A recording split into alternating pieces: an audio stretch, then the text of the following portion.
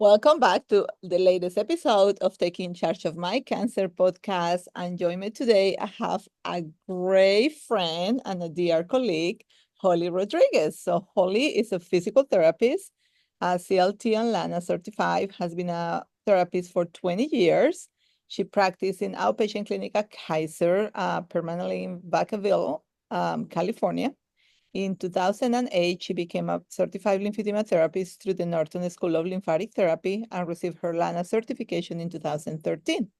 In 2018, she became a certified oncology rehabilitation specialist through the Oncology Physiological Oncology Rehabilitation Institute, PORi, and in 2022 became a board certified in oncology physical therapy through the American Board of Physical Therapy Specialties. As a clinical specialist in lymphedema and oncology rehabilitation, she is a Kaiser Permanent leader among her peers. Holly has developed regional programs and sits on several Kaiser Permanent regional and local service and committees. Holly was a previous presenter at 2020 National Lymphedema Network Conference, overview on abdominal lymphedema and panniculus, core treatment strategies, and in 2023, managing the food, and she currently leads their clinical focus group on compression. Outside work, she loves to travel, dance, and she's a very good dancer, by the way, and volunteers as a board member of a nonprofit Thriving Pink with the Luna Vista Rotary. So, Holly, it's a pleasure to have you with me. Thank you for doing this. Thank you so much, Durley. It's an honor to be here, and just thank you for the wonderful introduction.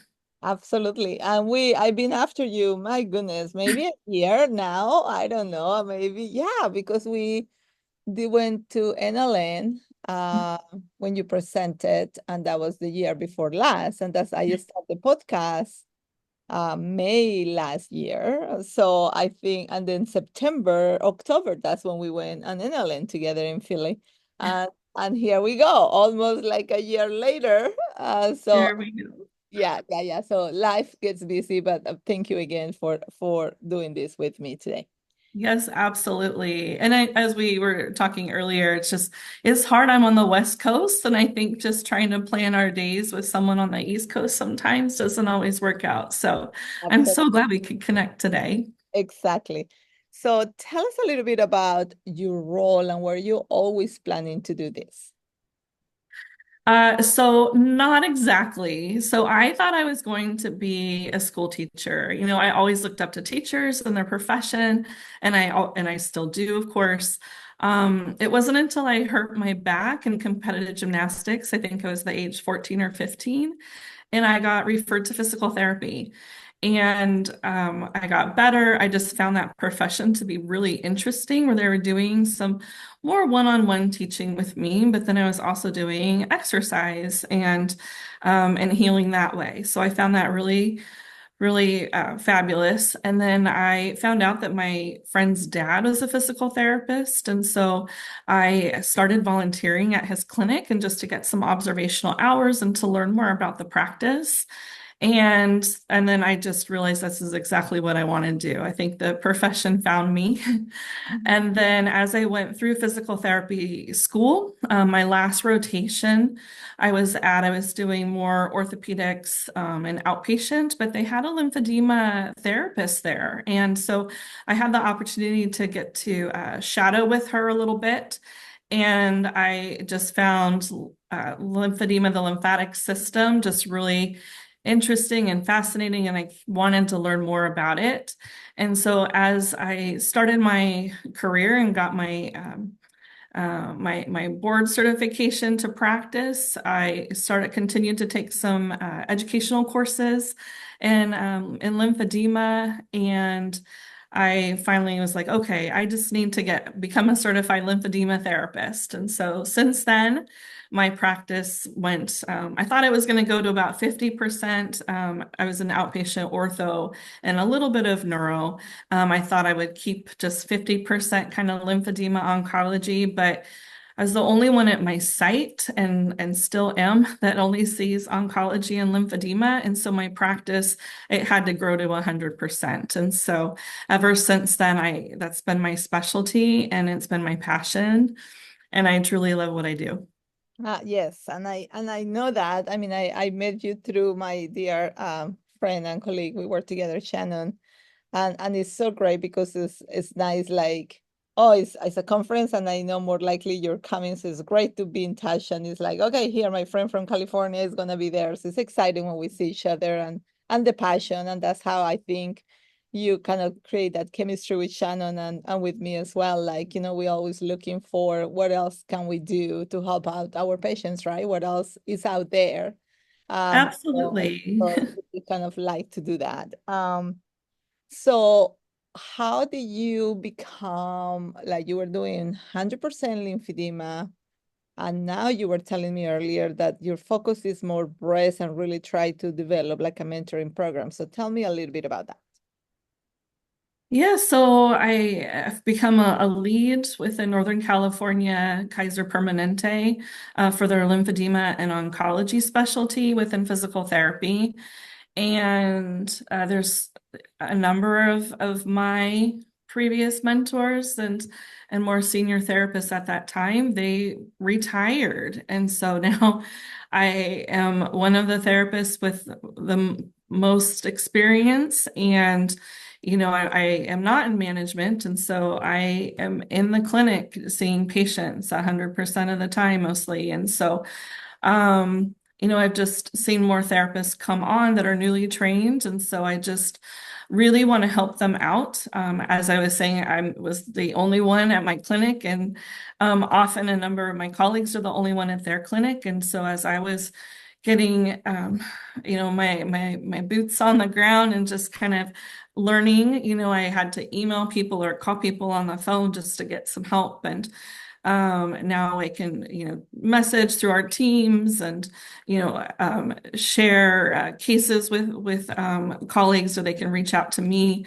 So I'm often helping colleagues with that anyways. And so I found that there's just, I really wanted to create this mentoring program. So I've been co-creating it with a colleague just to help other newly certified therapists. They might not be new PTs, like they may have been doing another specialty prior, but maybe they're just new in lymph-onc within the last year or two. And so I just wanted to try to give back and just help them along and just help them, get those skills a bit quicker instead of just kind of waiting until they went to a conference or took a course. So I just wanted to be there to help them. And then with breast cancer, my site, I'm at the Napa Solano service area at the Vacaville campus within Kaiser Permanente. And so we are certified through the National Accreditation Program of Breast Centers. And so I've been the PT rep at our table on this committee for many years. And this last year, I was able to become a non-physician lead. And so just continuing to try to just best help our patients, however we can, and just, if there's any way to just make things a little bit easier or streamline things, I want to be able to help in that way. And so it's just been, again, kind of two passions. I love education. I also teach at a local university, the Intro to Lymphedema. I've done that the last 3 years. So I continue to do that with our patients and just wanted to do that again with my colleagues and help. And then just, again, helping with my patients as well, and all of our patients within our area, and just to, sorry, I just feel like I'm repeating myself, but just to make it easier for them. And, I just love hearing when like, oh, everything's been, everybody has been on my team and they all feel very welcome with what they've been going through, even though it's a very difficult, diagnosis often. And, there's a bit of unknown, but, we just want to make sure that our patients feel that they are being taken care of and that they have their whole team supporting them. Excellent. So with your experience, if you can pick 3 valuable tips that you can give to our patients while they are going through cancer right now, or the survivors, or their caregivers, or somebody that is going through, or even any of the healthcare providers that listen to it, what that will be? So I would say that any movement or exercise activity, it can go a long way in your recovery, but you just need to make sure that you're pacing yourself. There's been a lot of really great research coming out about exercise and how it can help with not only getting through cancer treatment, but helping to just go into survivorship and just being able to have potentially less issues. And so just, trying to stay as healthy as possible. I would also say to stay positive with hope and, try to do things that you love to do. And also don't be afraid to ask for help. I think a lot of my patients, um, they have friends or family or maybe people from their church and they want to help and they really do, but maybe they don't know what you need. And so I think just being brave to say what you need and ask for the help, people are there for you. That's a very good thing. And it is hard, right? It's hard because mainly if, as a woman, we tend to be very like to ourselves, right? Like, no, we can do it all, right? We're so used to no matter how we feel, it's our responsibility to take care of the kids. It's our responsibility to do this, to do that. So I think that we tend to be a little bit more into, no, I don't need help. I can do this by myself. And absolutely just let people help. That's what I hear from everybody, not just from my colleagues who treat this type of population, but as well from patients themselves, caregivers, and all the healthcare providers I've been interviewing. Is really like just really ask for help. That's the best thing you can do, is just really make things a lot easier going instead of having this heavy, a back on your back, and the stress that you're going to try to manage what's happening and all the side effects of the cancer treatments that you're getting. So definitely that makes a big difference. How about what type of education do you have to do to become a lymphedema therapist and be able to work with patients with cancer? Yeah, so I am a physical therapist and got my PT license. And so, in order to do that, I got my Bachelor of Science degree in kinesiology with in human movement studies. And so, I mean, there's many different undergrad degrees that you can pick, but that one tended to work best for me. And I feel pretty lucky. Like I knew going into college that I wanted to be a physical therapist, versus trying to find my major. And so I knew I needed to take all of these classes so then I can apply to physical therapy school. So I did that. I got my Bachelor of Science, and then I went on to get my Master's of Physical Therapy. And I was in the last master's class, and the next year would have been a doctorate program, but it's just because we take so many courses, and so the school got approved for that. But anyways, I got my master's, and then I started working in the outpatient physical therapy department right after getting my PT license. I had done an internship there too, so it was a really easy transition for me to start working there since I knew everybody and kind of how things worked before going in and starting. And then like I said previously, I got to observe a lymphedema therapist and see what she did. And so I just found myself taking more continuing education courses and in the lymphatic system. And for even intact system was the first one that I took. And then for non-intact systems. And then, and cancer and lymphedema go together very often. And so I just decided to become certified. So I worked with my work in order to get the time off. It was about a 2-week training that I needed to go somewhere to take the training. And then you have these exams and practicals, so written and practical exams, and then you pass. And so I went and did that through the Norton School. And then from there, I took an additional test through LANA, the Lymphology Association of North America. And so I got this additional certification from them. And then I feel like cancer rehab was starting to have more of a moment, Mhm. right? And so then so I there's another program through PORi, the Physiological Oncology Rehab Institute, with Julia Osborne.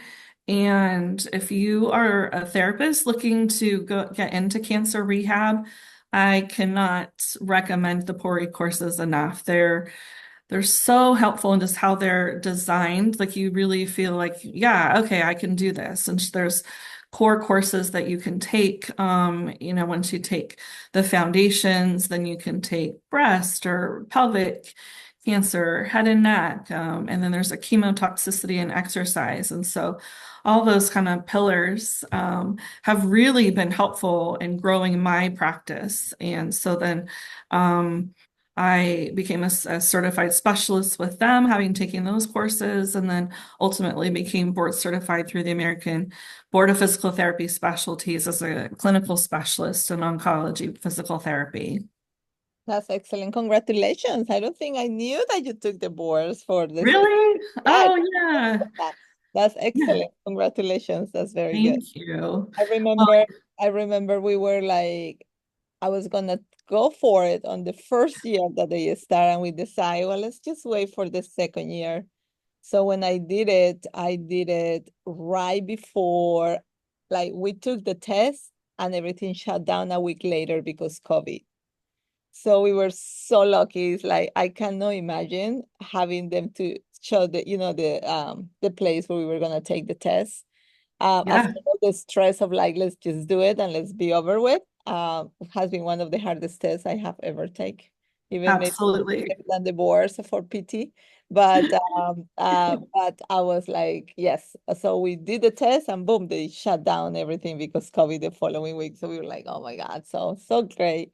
So I'm glad Wow. that you did it and that's fun. So yes, it's a lot of schooling. And you're absolutely right. I'm 100% with you. I absolutely love Julia Osborne work. She was actually when I was an orthotherapist as well. I don't know if I told you ever the story, but and I got the opportunity to start doing some of the cancer. And when I shadowed Shannon, and she was kind of my inspiration and seeing the patients that I was totally like, yes, I would love to do this, but I have no idea about oncology. What do I do? So I look at Julia course when she was not even, have her own thing that was just through the North American seminars or something like that. So Mhm. I did like the advanced oncology course. That was my first that was my first course to oncology. And I was like, I did a small one like through the Academy of Lymphatic System. It wasn't a certification, but just like a 3-day course on lymphedema. But that was actually my first kind of like oncology rehab, and that was amazing. And so I did a couple of courses with her before she actually became or she started doing her own PORi. I And then did too. yes, yes. So it is so funny. Like I remember when I was interviewing her, it's like, man, I kind of been kind of following you a while back now that I just start thinking of. So has been a lot of her principles and things like that what has been guiding our clinic as well and our practice and it's great. So I totally agree with you. Great courses to take. And it's a great implement to just besides your CLT certification, I think it's great. It's not just about the lymphatic system, right? It's about all the systems in the body and how you can integrate them to get better outcomes. So that works really well. Absolutely. And then just even understanding side effects, of chemotherapy and how that affects things or with radiation, and so that's not always talked about in the lymphedema training. And so adding those pieces in with more of these oncology courses has been extremely helpful and just gives me more understanding and knowledge that I can just better help my patients and have them understand as well. So Yep, absolutely. How can people find lymphedema therapists? What is your advice for them? So I hear that a lot. In Gainesville, we have a great institutions here with UF. but it's a lot of people who does not have that ability or that, no ability, but they don't have that type of a health system structure where they live. So they have to come far away. So it's hard for them to try to locate a therapist who is more integrated, right? That is besides the CLT as well, have these other skills to be able to help. Mainly if you're going through a head and neck type of cancer where you're having your mandibula being replaced and lymphedema and issues with your jaw. And it's a lot of different things that happen at the same time. So you have to have somebody who has the skill for all of it. It's not just lymphedema and it is not just a therapist who just do ortho. So what is your advice on how can people find therapists out there? Right. So I'm at Kaiser Permanente, and so our system is already pretty integrated, and so you have to be a Kaiser member to see to go to Kaiser. So, and at most of the Northern Californian Kaisers, there's at least one therapist. There's probably about 45 or 50 of us sprinkled out throughout Northern Californian Kaisers, and so. The easiest way to get the referral would just be to ask your doctor. I do find a lot of primary doctors may not even know that you as a therapist exist. And so that's where sometimes having done a little bit of background information or like searching online, especially, can be helpful. So I think you can go to the National Lymphedema Network website, and then you can look at their provider list, and you can, all of these usually you can search within, like you can enter your zip code and then just find a therapist that's, within so many mile radius of you. LANA, the Lymphology Association of North America, they have their site will also do that. And then it'll show you the therapists that have that additional certification. Okay. Various lymphedema training schools, they might have their own list of their graduates of their programs, such as the Norton School, Close Training, the Academy of Lymphatic Studies, PORi, that Physiological Oncology Rehab Institute. They're going to have a list of their oncology therapists who's taken and successfully passed each of their courses. And you'll be able to see that and then see who is a certified rehab specialist, oncology rehab specialist through them. And then the APTI, the American Physical Therapy Association, would have that for oncology specialists, but not so much for lymphedema. But lymphedema is a portion of that certification under Oncologic Physical Therapy. I know the National Lymphedema Network, they get calls sometimes from people. If you're not very computer savvy, you can, get their phone number and you can call them and they can give you listings who are affiliated with them who live in your area. And then, with Kaiser, you can go on we have this system called the MDO page or My Doctor Online, and then you can search for physical therapists, and then you can try to scroll through that, or at least go to your site and see if they have someone who does have a lymphedema and oncology specialist within their bio. That requires a little bit of looking through all of that info. But you can always even just ask the physical therapy department where you're at whatever location you are, and just say, hey, do you have someone that does this?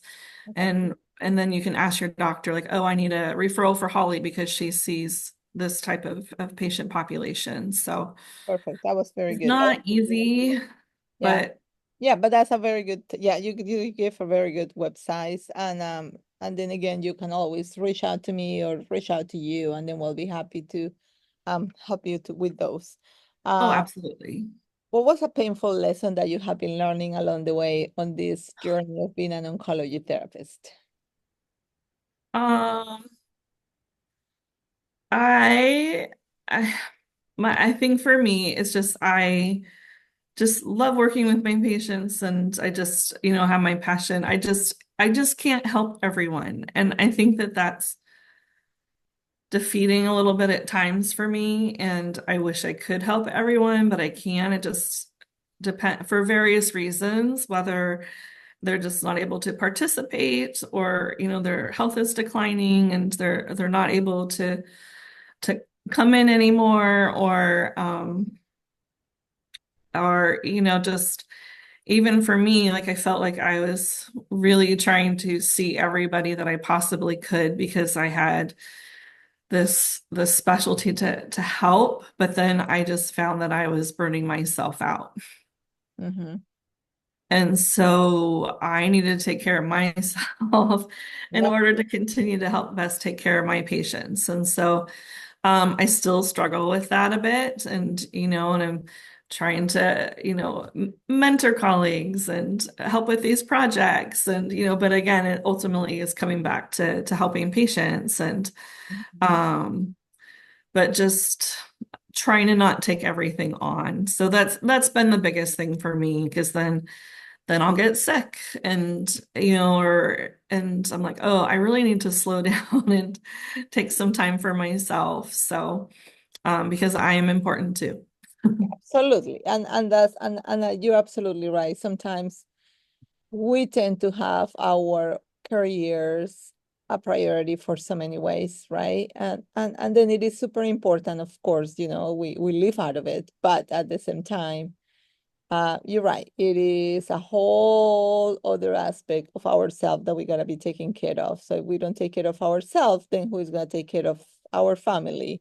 And they suffer, right? Because we are not doing well for that. So definitely you wanna try to keep that a balance. And I think that since this is an area where you, right, sometimes we are in a situation, and I think perhaps you're in a situation as well, where we are really do a lot of curative stuff. So a lot of our patients are really with good outcomes and good prognosis for the most part. But we have as well patients who don't do too well, and unfortunately become a stage 4, or they get diagnosed as stage 4, and we are there to support them all along the way. And it's super hard when you hear that the patient that I just happened to me not long ago. I have this patient who was on my schedule on Monday, and we realized the Friday before when we do in-chart review that she just passed.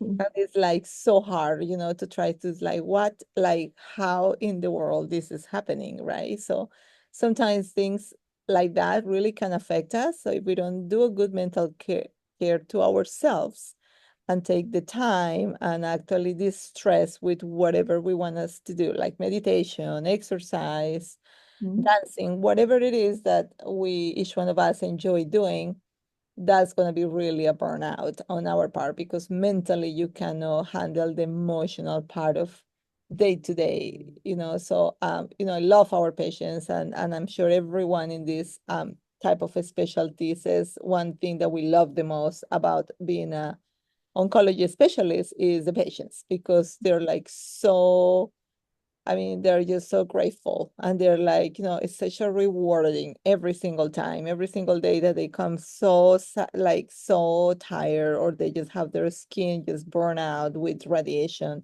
and they come to you and they walk out of the clinic an hour later like a different person. And it's like so great to be able to provide that to them, even if it's for a short period of time, because we know the next day more likely they're going to come back into the same thing. Right. But we can really improve a lot of their quality of life. But again, can be a lot of a burden emotionally to us if we don't take care of ourselves. So that's very important. Uh, Yes, perfectly said. what is means to advocate for yourself, and how can people do that? What do you advise to your patients when you tell them you got to advocate for yourself? Uh, you know, uh, I say have them speak up, make sure that you are asking questions. If there's something you don't understand, really making sure that you're asking that question. I think bringing a trusted family member, a good friend, to help you take notes at your appointment is helpful. That you can review your notes ahead of time, and you can write out your questions before each appointment to make sure that you are understanding everything, and that way you can make sure that all of your questions are being answered as well. Um, and occasionally, sometimes doctors may not match with you or your personality, and it's okay to ask for a second opinion if needed to. You need to find someone that you feel most comfortable with, and because they're the one that you're entrusting your care to, and you want to have them get you through what you need to get through to go into survivorship. And so those are my main things that I would recommend. Yep, yep, that's very good. Yes, never, never. I always say, no, be your own CEO of your own health. Yeah. Don't. They're physicians and we're therapists, and whoever healthcare provider is talking to you. Certainly, we did a lot of schooling to be where we are, but at the end of the day, is your life, your decision. So you need to make sure that you always are in charge of that, and then just be educated, just research and good resources, right? So not Dr. Google, but good Right. research that which is gonna go into my next question, like what kind of resources do you advise your patients to educate themselves so they can actually be prepared to discuss it with the physicians? Right. And to be honest too, like I have some patients that don't want to look online, like they don't want to even know anything. They just don't say anything with their doctor. And so I don't know, if they're hearing everything or not. And that's why I was like, bring someone with you just to like help you have another set of ears and they can, if you're um, having difficulty saying what you need to say, then you have someone that can help you if you need to. But yeah, I think resources, there's a number of different ones. I mean, I do the tried and true kind of American Cancer Society, National Lymphedema Network, the Learn website, the Lymphedema Education and Research Network. Um, there's also Thriving with Lymphedema. It's more of a support group. It's a Facebook group for people on social media on Facebook. But it kind of is a nice place to ask questions and just get some information, and then you can bring it back to your provider too. I think that that's kind of nice. There isn't always like a place to do that. Okay. Um, your um, your health plan may or your health site may have support groups. I think that finding those can be really empowering. Yep, yep, that's very good advice. So if we go back into, you mentioned that, and actually I think I hear your presentation about kind of like abdominal lymphedema and a little bit of like, pelvic health kind of lymphedema. Would you wanna tell us a little bit? I know sometimes people tends to be, this is an area that people is shy to talk about it, right? So if you're having some swelling on your pelvic floor area externally, it's not like you just go openly and say, hey, to your doctor or somebody else, this is a situation, right? You just try to really, we just really don't like to talk much about that aspect of our life in regarding, our private parts and sexuality, etc. So um, what will be like, what is it that if you want to give a few tips to patients in regarding, if they went through any type of a pelvic surgery and they start to notice some swelling, or prostate cancer and they start to having some swelling, or testicular cancer or anything like that, will you have some tips for them so they can just actually know, oh, maybe perhaps this is what I'm developing, and what kind of help can they get on that? Yes, there's a lot in that. So I think, just making sure that you're having normal and regular bowel and bladder, like you're able to go to the bathroom and you're not having issues with urgency, leaking, not, or just having accidents, those are pretty big deals. And those questions aren't always asked about at your appointments. And so, kind of keeping a kind of a little journal, if you're starting to notice things, or, sometimes people can pick up if things are abnormal right after they have an infusion or a treatment, or, and then it's okay again. But if it's continuing, or, I think that it's important to bring that up.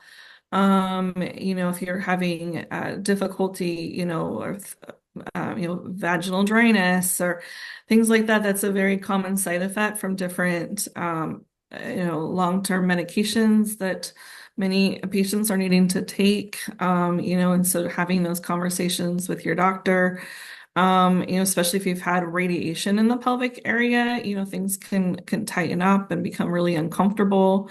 I had a patient recently that just said, "Oh, I was given a dilator, but I wasn't really told how to use it. It's like, here you go." Like, so I think reaching out to your provider, if you are having issues with those more sensitive areas, see if you can see a lymphedema therapist. If it's more, pelvic there and having issues with bowel and bladder, pelvic pain, things like that, then see if you can be referred to a pelvic floor pelvic floor therapist. Not all of them have additional training in oncology or lymphedema, but if you can find one, that is fabulous. But if not, I mean, at least getting help with that specialty and maybe working with your oncology lymphedema therapist as well. At Kaiser, all of our lymphedema therapists also see oncology, so they're together. We're not just separately seeing.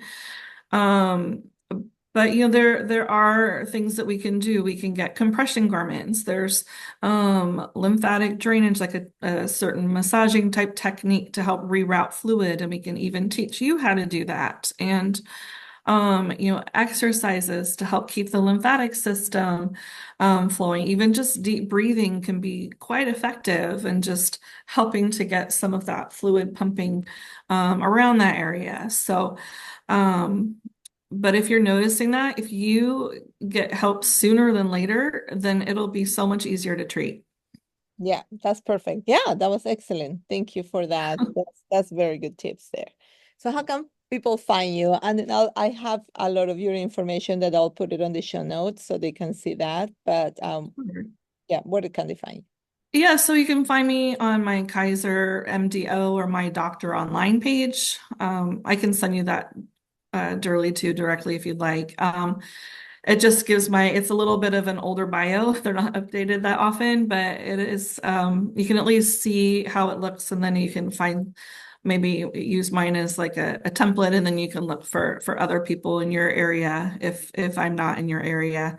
And then through the LANA website, since I'm certified through them, the APTA provider finder and the NLN provider finder. So, and then PORi website as their oncology rehab specialist. So, those are my main areas. I'm at the Kaiser Vacaville Medical Center, and so that is kind of in between Sacramento and San Francisco. So I know it's a random area, city name, but I think those general bigger cities, you can kind of see where I'm at. Okay, excellent. Is any books or podcasts that you will recommend to the audience? Yes, I have a few. So, books, I think Dr. Susan Love's breast book is kind of a breast cancer Bible type of book. I also have some Moving Through Cancer. Mhm. I don't know if you've seen this one, but I find that really helpful too. An exercise and strength training program for the fight of your life. It's by Dr. Catherine Schmidt. She's done a lot of research and exercise in cancer. I would really make sure that it's appropriate for you, ask your doctor and maybe, get connected with an oncology therapist, a physical therapist, or occupational therapist, just to make sure that, what is in here is most appropriate for you. I also find The Anatomy of Hope is another nice book. New York Times bestseller, but just, finding hope. How people prevail in the face of illness. I had the opportunity to hear this speaker. She wrote a book. It's by Sandra Marinella. She said, "The story you need to tell." And Yeah. so for some people, like writing helps them get through what they need to. And so this is writing to heal from trauma, illness, or loss. And that can be very powerful. Nice. And then I also, one of our certified lymphedema colleagues, Kathleen Lisson, she wrote a book on stress reduction for lymphedema. And so I think anyone who, it doesn't necessarily have to be for lymphedema, but I mean, there's some really good tips on breathing and some guided meditation. And so, just even at risk for lymphedema, or if you're just needing a little bit of some stress reduction, I think that that isn't only specific to lymphedema. So those are some nice books. And then, podcasts, of course, Durley, yours is amazing, Taking Charge of My Cancer. I only know of a couple other ones. There's Oncology Unscripted for patient advocates with a radiation oncologist, and they talk about different cancer treatments. And then for lymphedema, the one that I know most about is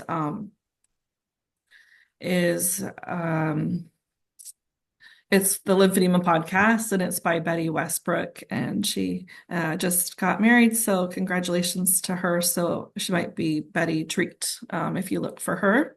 Okay. And then apps with Kaiser at least, and maybe your health profession has this too. Every member gets free access to the Calm app, which I use myself for just some meditation and breathing, or just I need to calm down a bit. I find that app to be really helpful. So there are some free things on there and there's some paid things, but again, like check with your health plan and see if that is something that is offered. And then I also heard at a conference once, Brain HQ, Okay. just for some different brain activities, and they were doing research on it. It was actually in Florida. It was like through this Miami Cancer Institute, I believe. Nice. It was following different dots and balls and just trying to make some more neuro connections, especially after having some chemo fog or um, Good. yeah, so that's just another app that you could check out that I've come across in my learning and from my patients. Right. Is one question that you wish I would have asked you and you will have answered for wrapping up? But okay, that went so fast. So I wish that you'd ask me about my nonprofit work. Oh, that's right. That's right. Tell us about it. So I volunteer with two different groups. So I volunteer with our Luna Vista Rotary. I'm a new Rotarian within the last couple of years. So we work with Rotary International to eradicate polio, and then we work with local nonprofits and help with service projects for them. But what I'm most proud about is my work that I've done with Thriving Pink. This is a local nonprofit where I live in Yolo County. And so it is a 501(c)(3) that supports anybody who's been through a breast cancer diagnosis. And so you don't have to live in our area to find us too. One of our biggest programs that we have is we have free Zoom workshops. So this is specifically for breast cancer, but we meet the second and fourth Mondays between 7 and 8. That is Pacific time. And so we have various speakers that are medical or in wellness topics. And you can go to www.thrivingpink.org to learn more about us, and also on our calendar. The Zoom link is on there, and you can just, if there's a topic that interests you, we'd love to have you. We say we're international. We've had a few people from like Canada, some people from New York join us, and I think we had someone from Australia. So they're just really nice 1 hour lectures, are like 45 minutes with questions, and then after, people can stay on, and there's an informal support group too, again specifically for breast cancer. And the main things that we do is we offer financial grants, we have peer-to-peer mentoring, we have our workshops, and we also the virtual ones, and then we also have in-person ones that are at our location in Davis, California is where we're out of. And so we'll do different in-person workshops there, monthly walks, So I'm just really proud how much we've grown, and we've been around for almost 9 years, and I am been a proud volunteer board member with them since they started. So That's unbelievable. That's so great. Yes, and you can send me that info as well. I can put it on the show notes so people can find that support group too. absolutely. That has been so much fun, Holly. We can continue talking here forever on a Sunday afternoon. Thank you again for being part of this. I learned so much. It's so great. I wish you don't live in California so we get to see each other more often and refer patients to each other more often. But glad that somebody on that side I can kind of like, like I say to my students, I want to continue spreading out. So we can always say, oh, you live in that area. Boom, I know somebody there. I just referred somebody to Julia the other day that just moved over there to Denver. So it's fun to just have these connections through the to the country so we can start. Uh, Absolutely. I think our world is a little small, and so we make those connections faster. So yeah, that, yeah, yeah, truly appreciate you, Darlie. absolutely. Thank you so much and have a great rest of your afternoon. Thank you, you too.